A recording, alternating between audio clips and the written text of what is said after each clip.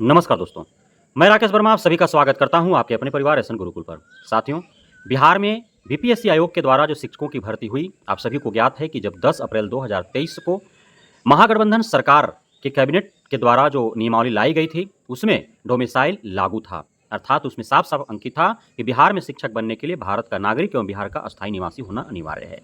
और उसी के अनुरूप बीपीएससी टीआरई 1 हेतु 30 मई 2024 को विज्ञापन जारी किया जाता है।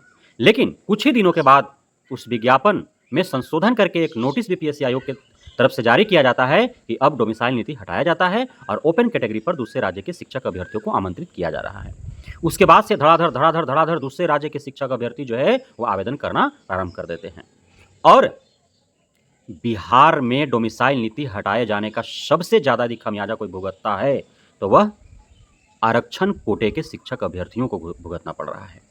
यदि डोमिसाइल नीति हटाए नहीं जाते तो शायद दूसरे राज्य के शिक्षक अभ्यर्थियों के मन मस्तिष्क में ये उपाय सूझता ही नहीं कि उन्हें आरक्षण कोटे के तहत जो है उनको शिक्षक बनना है, या फिर शायद उनका पूर्व से प्लान रहा हो और वे पहले से ही जुगाड़ लगा करके बैठे हों कि बिहार में शिक्षकों की भर्ती जब आएगी तो वे, चूंकि बिहार के पड़ोसी राज्य से हैं, कोई झारखंड से हैं, कोई यूपी से हैं, तो आसानी से उनका कोई ना कोई हित रिश्तेदार परिचित जो है वो बिहार से होगा ही, और उनके सहारे वे यहाँ के 50-100 रुपये में बिकने वाले कर्मचारियों और अधिकारियों के मदद से वे आसानी से जाति, निवास और आय, ओबीसी, एनसीएल एवं ईडब्ल्यूएस, एससी, एसटी प्रमाण पत्र बनवा सकते थे। और उन्होंने वैसा ही किया। डोमिसाइल नीति हटाए जाने का दंश तो झेल ही रहे थे। और इसमें डोमिसाइल नीति हटाए जाने का बाद जो आंदोलन हुआ, जो धरना प्रदर्शन हुए, उसमें सबसे बड़े हार का कारण मालूम है क्या रहा? जो आरक्षित कोटे के कैंडिडेट्स थे बिहार के अस्थायी निवासी, उन्हें ऐसा लगा कि डोमिसाइल नीति हटाए जाने से उनका कोई नुकसान है नहीं, तो वे क्यों जाए सड़कों पर लाठी खाने। और जो ओपन कैटेगरी में आने वाले थे अभ्यर्थी, उसी में से कुछ जो है 2-4 हज़ार की संख्या में पटना में एकत्रित हुए, जिन्हें बेहद ही आसानी से बिहार के पुलिस कांस्टेबल के द्वारा जो है उन्हें कुचल दिया गया। आंदोलन समाप्त हो गए और डोमिसाइल नीति हटा दिए गए। और सभी बिहार वासियों के जो अस्थायी निवासी शिक्षक अभ्यर्थी, जो वर्षों से न जाने दर्जनों बार गर्मी, ठंडा, बरसात उन्होंने पटना के सड़कों पर आंदोलन किया शिक्षक भर्ती को लाने के लिए, और न जाने कितनों ने लाठियां खाया, लेकिन पूरा मजा जो है वो आस पड़ोस के राज्य के शिक्षक अभ्यर्थियों लुट रहे हैं शिक्षक बन करके। पूरे दावे के साथ मैं यह कहता हूं कि बिहार में यदि शिक्षा विभाग सही मायने में आंकड़े यदि दे या आरटीआई लगा करके यदि प्राप्त करे आंकड़े, तो आप पाएंगे कि बिहार में जो टीआरई 1 और टीआरई के माध्यम से जो शिक्षक की बहाली जो हुई है, उसमें 50% आपको मिलेंगे दूसरे राज्य के शिक्षक अभ्यर्थी। तो क्यों? क्योंकि टीआरई 1 और टीआरई 2 में यूआर कैटेगरी में सिर्फ कुछ जो है पद उनके लिए लिमिट था, सीमित था। वो पद कौन था? यूआर कैटेगरी में वह पद जिस पर बिहार के महिलाओं के लिए आरक्षण नहीं था।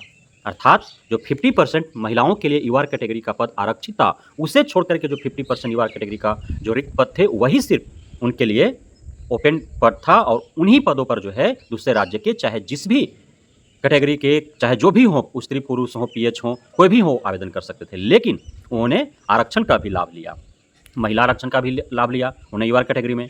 इस वजह से जो 60% से कम अंक सीटेट में थे वे भी 1 to 5 और 6 to 8 में बहाल हो चुके। उसके बाद से जो है कैटेगरी में भी उन्होंने फ़ायदा उठा लिया। कैटेगरी में वे आस पड़ोस के जो सटे हुए सीमावर्ती जो जिला हैं, ब्लॉक हैं, वहाँ के अधिकारी पदाधिकारियों को पटा लिए और वे 1500, 2000, 5000 रुपया जितना में जिसको डील हो पाया वो बनवा करके आराम से जो है आवेदन किया, आराम से मेरिट लिस्ट में जगह बना पाए और शिक्षक बन बैठे हैं। अब तक वे सेंधमारी करके और घुसपैठिए की तरह बैठ करके और सभी लाभ वे प्राप्त कर रहे हैं, वेतन उठा रहे हैं, आराम से एकदम मजे से बैठे हुए हैं। अब इसका खुलासा जो है वो बिहार के लोग नहीं कर रहे हैं, झारखंड के लोग झारखंड वासियों का कर रहे हैं, यूपी के लोग यूपी वासियों का कर रहे हैं।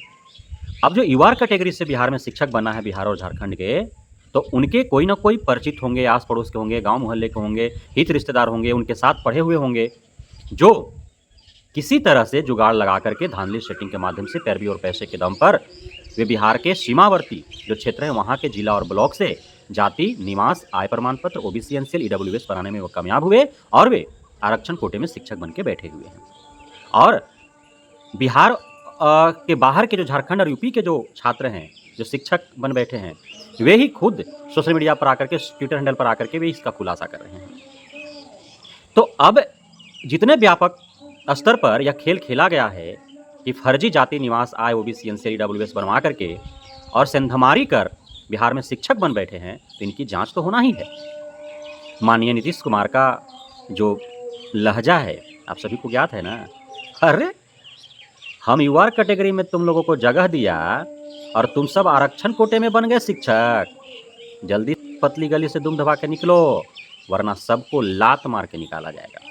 और यह दिन दूर नहीं है दोस्तों, क्योंकि छात्र संगठन और शिक्षक संघ संगठनों के नज़र में यह गड़ चुका है।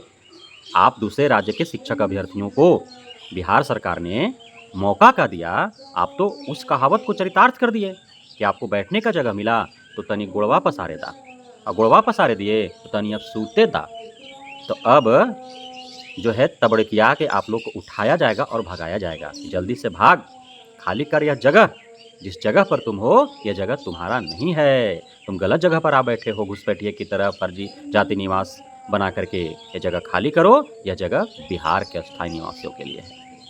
और मैं चेतावनी देता हूं आप सभी दूसरे राज्य के वैसे शिक्षक अभ्यर्थी जो गलत तरीके से पैरवी और पैसे के दम पर बिहार के 50-100 रुपये में बिकने वाले चपरासी अधिकारी के सहारे एवं दलालों के सहारे, बिचौलिए के सहारे आप जो धांधली सेटिंग कर फर्जी जाति निवास आय ओबीसी एनसीआर ईडब्ल्यूएस बनवा करके जो बिहार में आरक्षण कोटे में शिक्षक बन बैठे और बिहार के अस्थायी निवासियों के हक और अधिकार का आपने जो हनन किया है, उसका परिणाम आपको भुगतना ही पड़ेगा।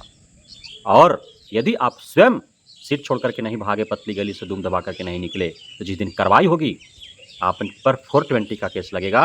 और आप जितना भी आप ट्रेनिंग पर खर्च हुआ है, जितना आपने वेतन उठाया है, ब्याज सहित आपका वसूल होगा।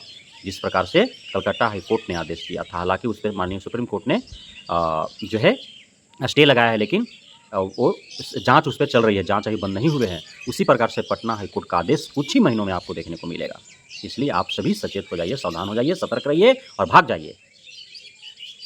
बहुत बहुत धन्यवाद आप सभी साथियों का हमारे साथ जुड़े रहने के लिए, बने रहने के लिए, इतना प्यार देने के लिए, हम पे भरोसा बनाए रखने के लिए। जय हिंद।